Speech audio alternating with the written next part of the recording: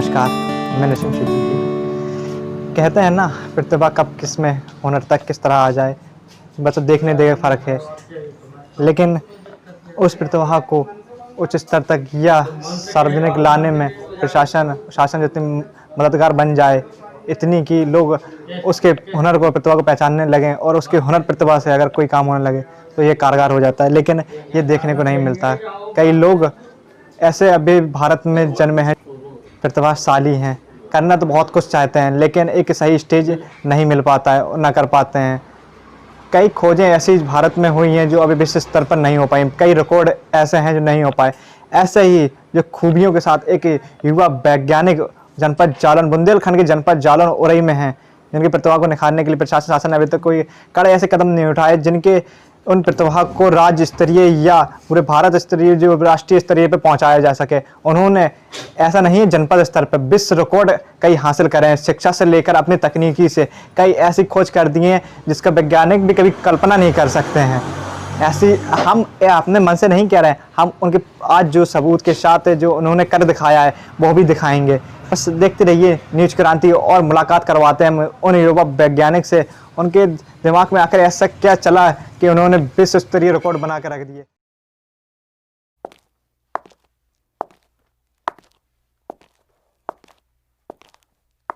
युवा वैज्ञानिक हमने बात की थी, आज हम उनसे मुलाकात भी करवाएंगे। आप देख सकते हैं मुलाकात कर रहे हैं, हमारे सामने मौजूद हैं। हम उनके घर पर आए हैं, आज वार्तालाप करेंगे और जो स्तर, छोटे स्तर से उन्होंने राष्ट्रीय स्तर पर जो अपने नाम कई रिकॉर्ड करें हैं, किस तरह करें हैं, क्या मेहनत करी है, उन सबसे लेकर आज उनसे वार्तालाप करेंगे।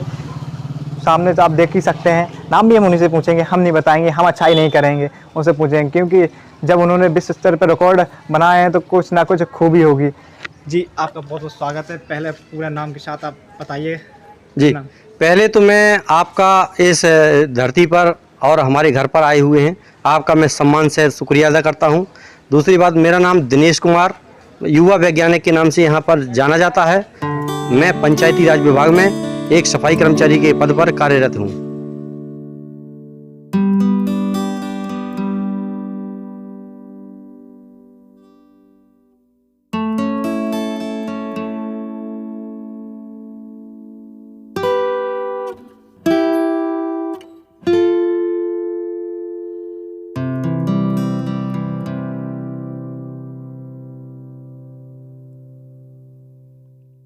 रिकॉर्ड बनाया, शिक्षा से लेकर अपनी तकनीकी से लेकर आपने उन्होंने जो खोजें की हैं उनसे ही हम जानेंगे। दिनेश जी, पहले तो हम जानना चाहेंगे, आपने सबसे विश्व स्तरीय पे अगर रिकॉर्ड बनाया, किस चीज़ में बनाया है?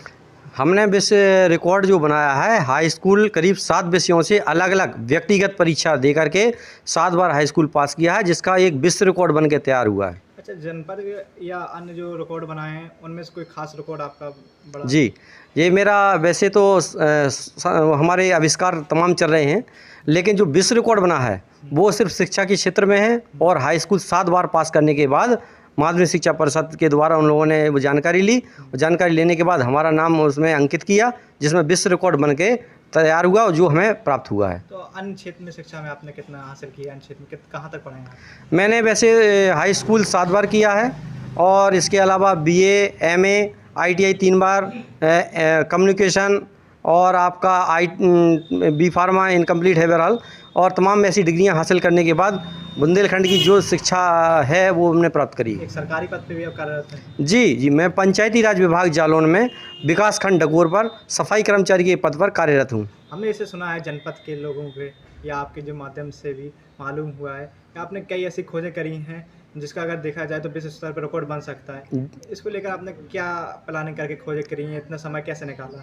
वैसे सर, मेरा तो मानना शुरू ही से ये रहा कि मैं वैज्ञानिक बनूं, और मेरी सोच जो है वैज्ञानिक की खोज की तरफ हमेशा रही है और रहेगी। इसके अलावा मैंने अपनी मेहनत और लगन से, अपने दम पर, अपने खर्चे से मैंने कुछ ऐसे आविष्कार किए हैं जो मेरे द्वारा बनाए गए हैं। मैंने अन्य उच्च अधिकारियों को भी दिखाए हैं। जैसे एक अभी प्रेजेंट टाइम में आपने तो करे हैं, ये सभी जानते हैं, लेकिन हमारे दर्शक भी देखना चाहते हैं, कुछ दिखाएंगे वो आविष्कार? जी बिल्कुल, हम दिखाएंगे। आप हमारे यहाँ एक एक हम दिखाएंगे जो भी हमने शोध किए हैं। जी। आइए, सबसे पहले मैं आपको बता दूं, बड़ा चर्चित मेरा एक आविष्कार है जो है हेलमेट।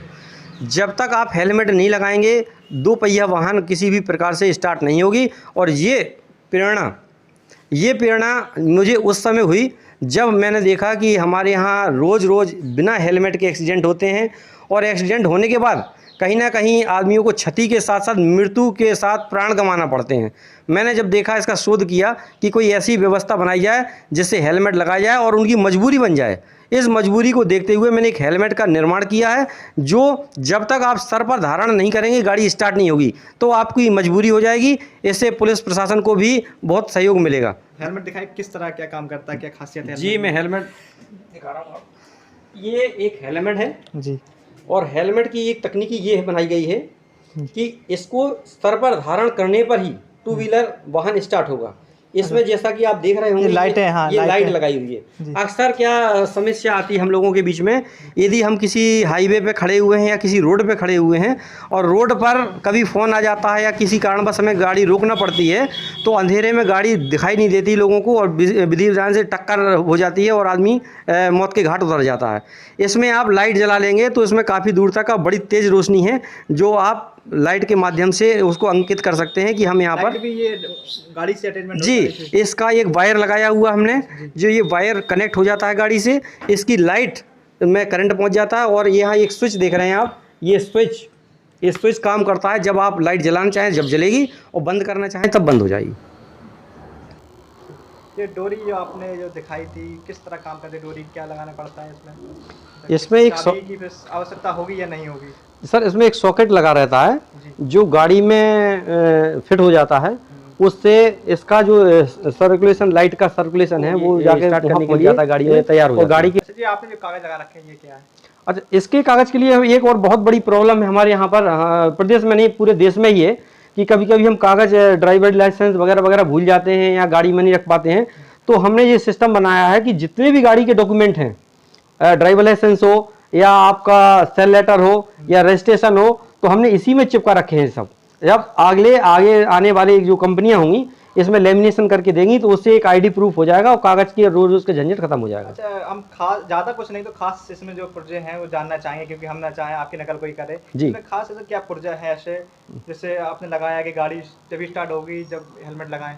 इसमें एक डिवाइस लगाई हुई है, जो डिवाइस अपनी तकनीकी से बनाई हुई है हमने स्वतः निर्मित घर में, और वो तकनीकी थोड़ा सा गोपनीय है, बताना चाहते हैं आपको कि वो तकनीकी जब निर्माण कर रहे थे तो उसमें सामान जो है काफ़ी समस्या तो पड़ी ही है, लेकिन उसको कहीं से अर्जित करके असेंबल करके हमने उसको बनाकर तैयार कर लिया। जैसे मामूली देखा जाए कि हेलमेट जो होता है 800-900 रुपये, 1000-1500 तक का आता है, इसमें बनाने के अलावा कितना खर्चा आ गया है?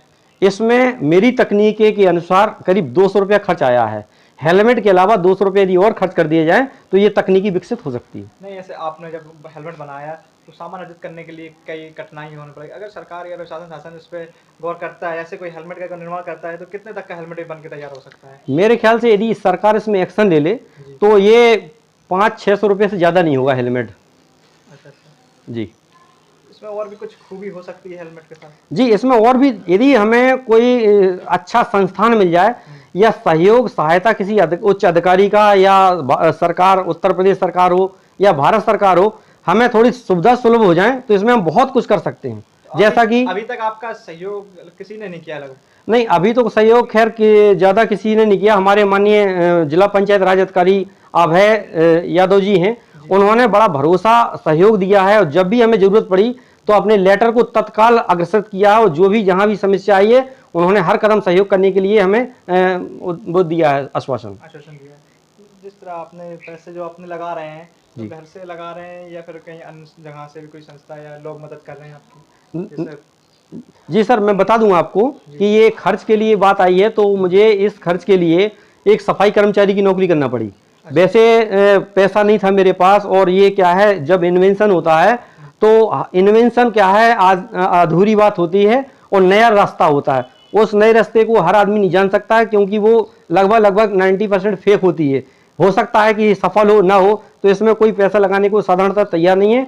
मैंने इसको पैसा एकत्र करने के लिए एक सफाई कर्मचारी की नौकरी की, जिससे पैसा अर्जित होता है और मैं अपने शोध के कार्य में इनको खर्च करता हूँ। आपने बताया जैसे ये सड़क रखी है, क्या है सड़क रखी, क्या सड़क जैसी लग रही है जी, कह नहीं सकते सड़क क्या है ये?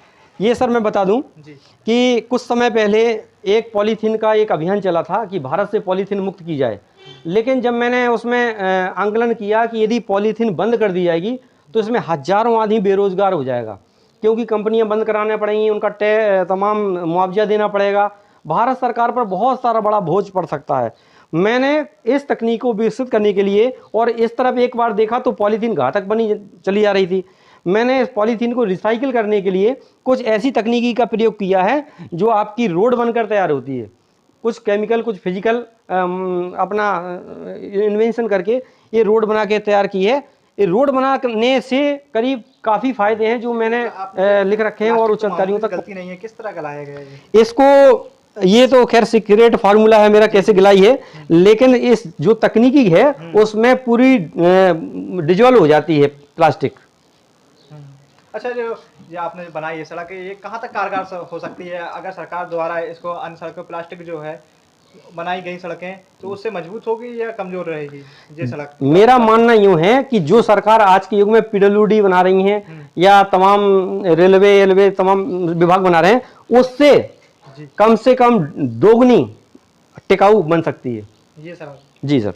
इसमें क्या खासियत रहती है? कुछ खासियत मतलब दोगुना टिकाऊ तो बन जाएगी जी, सरकार अगर कदम उठाए, प्रशासन अगर देखा जाए, जी। खासियत क्या रहती है ऐसे दोगुना हो सके?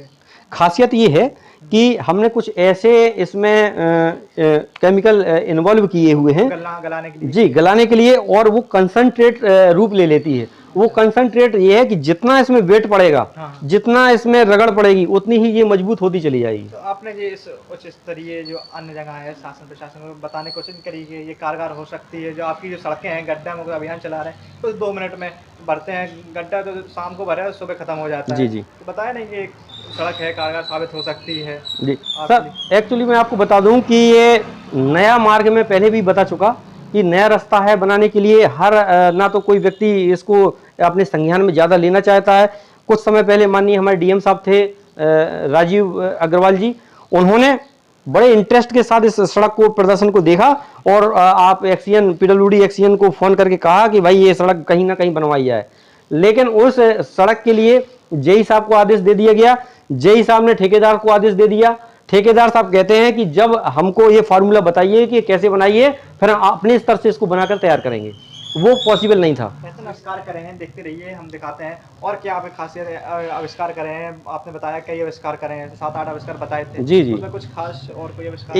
एक सर मैं बता दूं, अभी एक झाड़ू बनाई है जो करीब लगभग 2 फीट चौड़े और 40 किलोमीटर लंबे एरिया को करीब 1 घंटे में सफाई कर सकते हैं। वो झाड़ू मैंने बना के तैयार की है, जो माननीय जिलाधिकारी महोदय श्री राम गणेश जी के यहाँ मैंने वहाँ पर पेश की थी, और उसमें एडीएम साहब ने हरी झंडी दे करके उस डेमो को प्रदर्शन देखा था, और जो मैंने सड़क बनकर की है। एक और वो आपने वो बनाया कोई?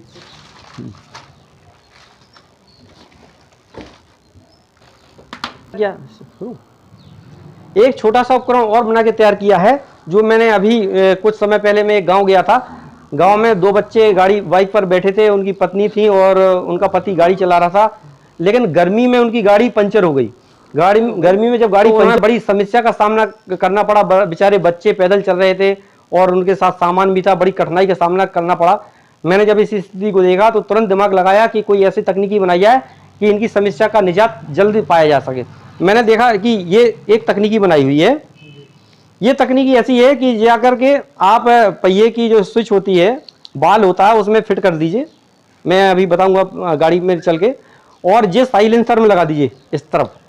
इसको पकड़ने के बाद गाड़ी स्टार्ट कर दीजिए, और गाड़ी स्टार्ट जब जैसे ही एक्सीलरेटर बढ़ेगा तो उसमें से कार्बन निकलेगा या धुआं निकलेगा, गैस निकलेगी, वो जाके पहिया में भर जाती है, और जो आपका पंचर वाला सिस्टम है वो लगभग किसी हद तक वो खत्म हो जाता है, और आप यथास्थान पंचर की दुकान तक आराम से पहुंच सकते हैं। जो सड़क ये बताई है जी, शटर जो लगी है आपकी, जी, पाइप लगा है, ये पिघलेगा नहीं? नहीं पिघले सर, क्योंकि हवा जो है मात्र 5 मिनट के अंदर भर जाएगी, और 5 मिनट में साइलेंसर इतना गर्म नहीं होता है कि ये किसी प्रकार से इसको क्षति पहुंचे। तो लगभग इसका खर्च कितना आएगा? इसका खर्च तो करीब 50 रुपए है बस। 50 रुपए में हाँ, इतनी बड़ी जुगाड़ बन जाएगी? जी जी। बहुत परेशान होता है जी। हम एक चीज पूछना भूल गए थे, जो आपने सड़क जो लागत जो आम सड़क में आती है बनाने में, इसमें लागत कितनी आएगी अगर इसका देखा जाए? जो आम सड़क में लागत आती है इससे 25% कम में ये सड़क बन के तैयार होती है। और इसके बेनिफिट में मैं आपको बता दूं, बेनिफिट ये है कि यदि प्लास्टिक सड़क का निर्माण होने लगे, भारत सरकार इसको परमिशन दे दे, तो इसमें ना तो आपको कंपनियां बंद कराना पड़ेंगी पॉलीथीन की। जब कंपनियां बंद नहीं होंगी तो बेरोजगार आदमियों को रोजगार मिल जाएगा, पॉलीथीन बीनने वालों को रोजगार मिल जाएगा, नदियां गंदी नहीं होंगी, जानवर खा के नहीं मरेगा। जैसा कि एग्रीकल्चर के डिपार्टमेंट से भी एक रेशियो पाया था मैंने कि जिस खेत में यदि पॉलीथीन गड़ जाती है या दबा दी जाती है तो उस एरिया के 1 मीटर सर्कल को वो बंजर कर देती है। ऐसी स्थिति में हमारे खेत बंजर नहीं होंगे और जानवर जो खा के मृत हो जाते हैं वो भी नहीं होंगी, नाली चौक नहीं होंगी, और हमें नदियों में जो अरबों रुपया सफाई के लिए लगाना पड़ता है वो भी लगाना नहीं पड़ेगा। खड़े खड़े थक गए, चलो कुछ मिनट बैठ के बात करते हैं। चलिए, शिक्षा बताइए। से लेकर अन्य चीजों पर जो आपने कागज रखे हैं जी तो ये भी देखना चाहेंगे किस तरह के कागज हैं। ये कागज जो आप जी, जैसा कि ये आप सर्टिफिकेट देख रहे हैं, ये सर्टिफिकेट है। ये सर्टिफिकेट मुझे हैदराबाद से आया है, high range world of the record. Photo आप लिए किस तरह, ये तो बहुत लोग इसमें दिखाई दे रहे हैं। जी सर, मैं ये फोटो इसलिए भेजी है उन्होंने कि इतने सारे लोगों को ये है वर्ल्ड रिकॉर्ड मिला है, high range of the world record. ये माननीय अन्ना हजारे, अब्दुल कलाम साहब और आपके ये रामनाथ कोविंद जी, सानिया मिर्जा, बहुत बड़ी बड़ी देश की जी बहुत बड़ी बड़ी हस्तियों को ये वर्ल्ड रिकॉर्ड प्राप्त हुआ है। और ये सौभाग्य मेरा भी है जो आपके इस उरई की सरजमी पर ये विश्व रिकॉर्ड मुझे लेने का मौका मिला। जो जनपद जालौन के लिए गौरव की बात है जी मिलने सर। जा रहा है। और कुछ आपने जो प्रमाण पत्र दिखाए थे, जो 7 बार आपने हाई स्कूल किया है। जी, मैंने हाई स्कूल जो है 7 बार किया है, डॉक्यूमेंट रखे हुए अंदर, उसको प्रमाणित करा देंगे हम आपसे। आपने जो प्रथम जो उपकरण अगर कुछ बनाया था, किस तरह आप कब बनाया था? प्रथम उपकरण जो है हमने सबसे पहले प्लास्टिक रोड ही बनाया था। प्लास्टिक को कंज्यूम करने के लिए बड़ा एक अभियान चल रहा था उस समय, तो उस कंज्यूम के लिए हमने एक शोध किया था जो प्लास्टिक सड़क बना के तैयार की थी, जो उच्च अधिकारियों तक हमने पहुंचाई। वो सन के सन में बनाया था आपने? वो सन 2000 करीब 5 की बात है। 2005 जी। आपका जन्म कब हुआ था? मेरा जन्म 10 सितंबर सन 1982 ईस्वी में ग्राम जमखुरी, पोस्ट जरिया, जिला हमीरपुर, उत्तर प्रदेश में हुआ था। आपने 7 बार जो रिकॉर्ड बनाया, विश्व रिकॉर्ड पहुंचा है स्कूल पास करके, और भी कई उपकरण बनाए हैं जी। तो किस तरह आपको लगा कि हम ये बना सकते हैं? कब आपको फीलिंग आई कि हम ये रिकॉर्ड भी कर सकते हैं? सर जी, ये सब गॉड गिफ्टेड हैं। वो तो जैसी समस्या होती है, वैज्ञानिकों का काम होता है किसी समस्या का निदान निकालना। जब समस्या आई हमारे सामने तो वो समस्या का निदान निकाला, वो हमारे माइंड में घूमा कि भाई इस टाइप से हम किस टाइप से निजात पाएं इस चीज़ का, और उसमें हमने दिमाग लगाया। दिमाग लगाने का कठिन परिश्रम करने के बाद ये सफलता हासिल की है। आपने कुछ वो दवाई भी बनाई थी, उसके बारे में बताएंगे क्या? हाँ, एक एंटी रेबीज टेबलेट बनाई है जो कुत्ता, बिल्ली, बंदर, चूहे के काटने से रेबीज हो जाता है। जी। वो मैं जब फार्मेसी बी फार्मा कर रहा था तो वहाँ कुछ तकनीकी पुस्तकें भी मिली मुझे पढ़ने के लिए। उससे ज्ञान अर्जित करने के बाद जो मैंने एक हर्बल प्रोडक्ट बनाया है तो कुत्ता, बिल्ली, बंदर, चूहे काटने का, वो एंटी रेबीज टेबलेट बनाई हुई है जो मैंने उच्च संस्थानों को पेटेंट प्रक्रिया के लिए भेज दी है, जो क्लिनिकल टेस्ट में ये अभी प्रयोग की जा रही है। आपने कई चीज़ें बताई हैं जो विदेश स्तर पर भी हैं, आपने कई मेहनत करी है, जो आपका सहयोग रहा है, पारिवारिक सहयोग रहा है, या आपने कई परिवार वालों ने प्रोत्साहन करा है कि बेटा आप ये करिए, हम आपके साथ हैं, कि नहीं ये दबाव रहा कि नहीं आप पढ़िए, क्या कर रहे हैं उल्टे सीधे काम? क्योंकि ज़्यादातर देखा जाता है यही लोगों का रहता है, क्या कर रहे हो, क्या कर पाओगे। लेकिन वह जब उभर कर आते हैं, जब रिकॉर्ड बना लेते हैं, कुछ कर लेते हैं, इतिहास रच देते हैं, उसके बाद सब कहता है हमारा बेटा है। ऐसा आपको कभी हुआ साथ में? जी सर, जैसे मैं वैज्ञानिक जब क्षेत्र में आया तो वैसे आशीर्वाद तो मेरे पास बहुत लोगों का है, मेरे पुराने गुरुओं का है, मऊरानीपुर, झांसी, औरई, तमाम जहाँ जहाँ शिक्षा अर्जित करी है। बच्चू महाराज जो हमारे घनाराम महाविद्यालय के प्रबंधक हैं, नन्नू राजा जो अटरा कला के विद्यालय के प्रबंधक हैं, ऐसे तमाम, Gandhi inter college, Saraswati inter college और आपके एसआर इंटर कॉलेज, बहुत सारे विद्यालयों के प्रधानाचार्यों का, प्रबंधक जी का हमारा आशीर्वाद रहा है।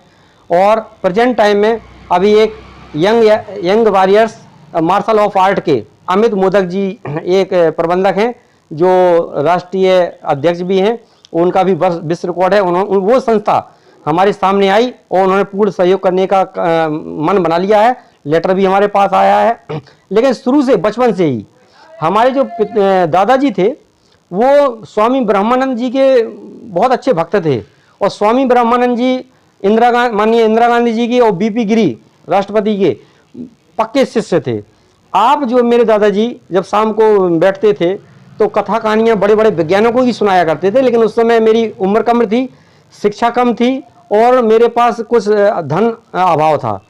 तो उनकी कहानियाँ सुनकर जब मैडम क्यूरी और आइंस्टीन और आपके बहुत सारे वैज्ञानिकों की कथा कहानी सुनाते थे तो मेरे मन में एक उमंग उठती थी कि मैं भी कुछ ऐसा करूं जैसे जिससे मेरा भी नाम आप जैसे वैज्ञानिकों का जैसा हो और मेरे किए हुए कार्यों से हमारी संपूर्ण जनता लाभान्वित हो। ये जब आइडिया आते थे तो बस मेरा उस समय, लेकिन ये थे कि दांत थे चने नहीं थे, अब चने हैं तो दांत नहीं है। अब जब शिक्षा ग्रहण हुई और एक अवस्था आई तो बस एक प्लेटफॉर्म नहीं मिल रहा है। प्लेटफॉर्म ऐसे नहीं मिला, आपने बताया। इसके लिए आपने कोशिश करी कि अन्य जो प्रदेश हैं या अन्य जिलों में इस स्तर पर जहाँ संस्था से जुड़े हैं कि हमारा भी जो नाम है आ सके, आप भी कुछ खोज कर सकें भारत के लिए, इतिहास के लिए, कभी कोशिश करी है?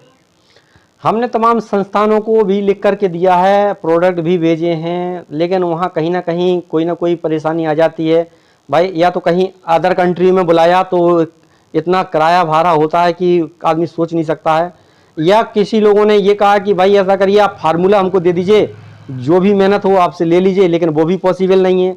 मैंने माननीय 2004 में अब्दुल कलाम साहब झांसी आए थे, खैर मुलाकात तो नहीं हो पाई थी उनसे, लेकिन जो भी मीडिया कर्मी थे और उच्च अधिकारी थे उनके सामने मैंने साफ सिद्ध कर दिया था कि मैं बुंदेलखंड नहीं छोड़ूंगा और मुझे पैसे के लिए की कोई तमन्ना नहीं है, मैं सिर्फ सम्मान का भूखा हूं और सम्मान पाने के लिए ही मैं अपना काम करता हूं। मुझे सम्मान मिले, मेरे जिले को मिले, देश को प्रदेश को मिले, बस यही की वजह से मैं अपना ये कार्य कर रहा हूं।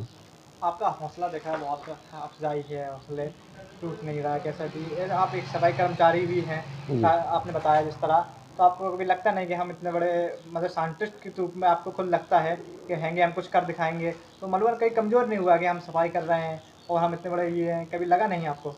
नहीं सर, आप दूसरे को प्रेरणा क्या देंगे कि वही भी आगे बढ़ के आ सकें? जिस समय सफाई की वैकेंसी निकली तो उस समय माननीय सैनी साहब जिला पंचायत राज अधिकारी थे और रिग्जान सैम्फल जी डीएम साहब थे। जगह जब निकली तो मेरा इंटरव्यू हुआ, मैंने अपने कार्यकलापों से उनको नवाजा और बताया, तो उन्होंने कहा तुम सफाई कर लोगे। तो मेरे दिमाग में एक सिरे था कि जब मान ली हमारे गांधी जी झाड़ू लगा सकते हैं, मदर टेरेसा जी झाड़ू लगा सकती हैं और आपके सबरी जो सबसे सर्वप्रथम सबरी जी ने झाड़ू लगा करके एक नाम कमाया है, तो मैं क्या उनसे बड़ा नहीं हो सकता हूं। सफाई का कार्य तो हर व्यक्ति करता है, तो मैं झाड़ू भी लगा सकता हूं। मैंने पूरा मन बना लिया था कि मुझे पैसा अर्जित करना है शोध के लिए, तो काम छोटा मिले या बड़ा मिले, काम कभी छोटा बड़ा नहीं होता और नौकरी कभी छोटी बड़ी नहीं होती है। इस तथ्य को अपने दिमाग में रख करके मैंने ये नौकरी करी और मुझे कोई बुरा नहीं लगता है। मैं झाड़ू लगाऊं, नाली साफ करूं या जो भी हमें उच्च अधिकारी निर्देश देते हैं उनका मैं सदैव पालन करता हूं और करता रहूंगा। हमारी चैनल चाहता है आपको बहुत बहुत शुभकामनाएं, आप आगे बढ़े और हमारे जनपद का नाम उस विश्व स्तर पर ले जाएं, ताकि हम लोग को भी ये कहने में खुशी मिले कि हमारे जो जनपद का है वो आज जाकर विश्व स्तर पर है जी। ऐसे ही कई बड़े शो के लिए देखते रहिए न्यूज़ क्रांति।